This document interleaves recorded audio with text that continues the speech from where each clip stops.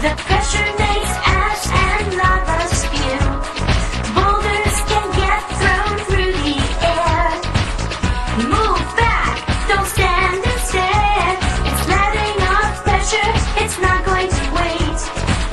It's going to get to that balanced state where forces are equal, equilibrium. Then the pressure starts building up again.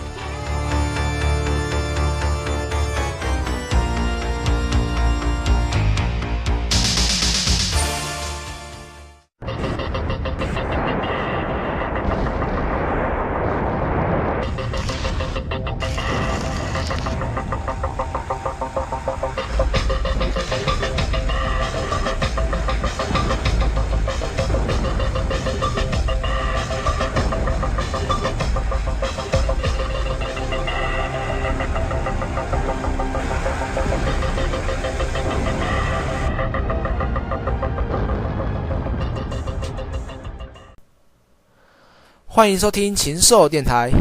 本节目邀请到的是一位过去被维苏威火山埋得死死的布鲁克先生。他死的地点就是众所皆知的庞贝城。现在我们来问问他当时到底经历了些什么令人惊悚的事。On the morning of August 24 in the year 79 AD, the volcano mountain Vesuvius suddenly began to erupt. It had erupted many times before, more spectacularly 1,800 years earlier when ejected cinders and pumice stones buried an entire settlement. But this was beyond the written records and the memories of the Romans living there in the 1st century AD. This time, the main targets of the volcano's wrath were two towns, Herculaneum and Pompeii. Both were resorts popular with the privileged classes for the numerous spa baths and the seaside living. Mansions had also been built as retreats for the rich and the powerful. The area had long been plagued with seismic activity, but after all but the largest earthquakes, citizens were generally able to rebuild their buildings and towns.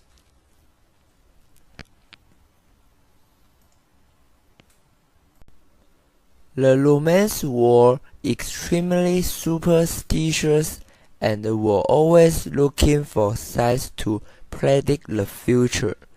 But at the time, people didn't understand the relationship between earth tremors and volcanic activity. Had they known, they would have seen the increasing frequency of minor earthquakes as an omen that disaster was to follow. We know much about Vesuvius' 79 AD eruption because it was the first volcanic eruption ever described in detail. 30 kilometers to the west, the Roman writer Pliny the Younger watched the eruption from the balcony of his uncle's villa. His letters to another scientist describe what happened sequentially from the jolting earthquake. The violent eruption, the tall column of each that shot more than 30 kilometers into the air, the hail of pumice and burning rock, the devastating tsunami and the ever-advancing pyroclastic flow. A pyroclastic flow is defined as a ground-hanging avalanche of hot ash, pumice, rock fragments, and volcanic gas that rushes down the side of a volcano as fast as 100 km per hour or more. The temperature within a pyroclastic flow may be greater than 500 Celsius, sufficient to burn and carbonize wood. Once deposited, the ash, pumice, and rock fragments may deform and weld together because of the intense heat and the weight of the overlying material. For all its devastation, the eruption had one significant effect: preservation. Up to 4 cubic kilometers of ash and stone were ejected from the volcano, and the pyroclastic flow of mud and ash filled crevices, quickly solidifying to the hardness of cement for up to 20 meters deep. 那我们再问布鲁克先生一个问题，请问当时你死后，很多人要挖掘庞贝城的一些遗迹或者是财宝，那你有什么看法呢？ Of course, the people who escaped knew of the valuables that had been left behind and came back for them.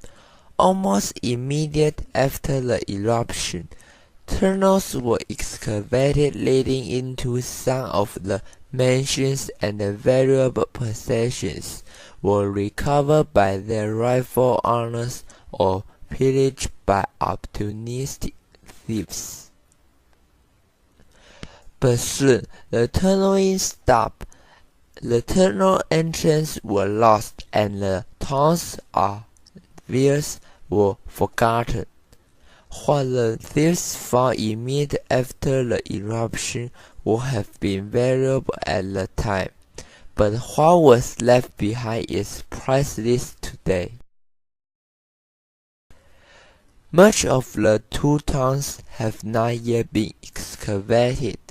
Who knows what treasures will be revealed in years to come?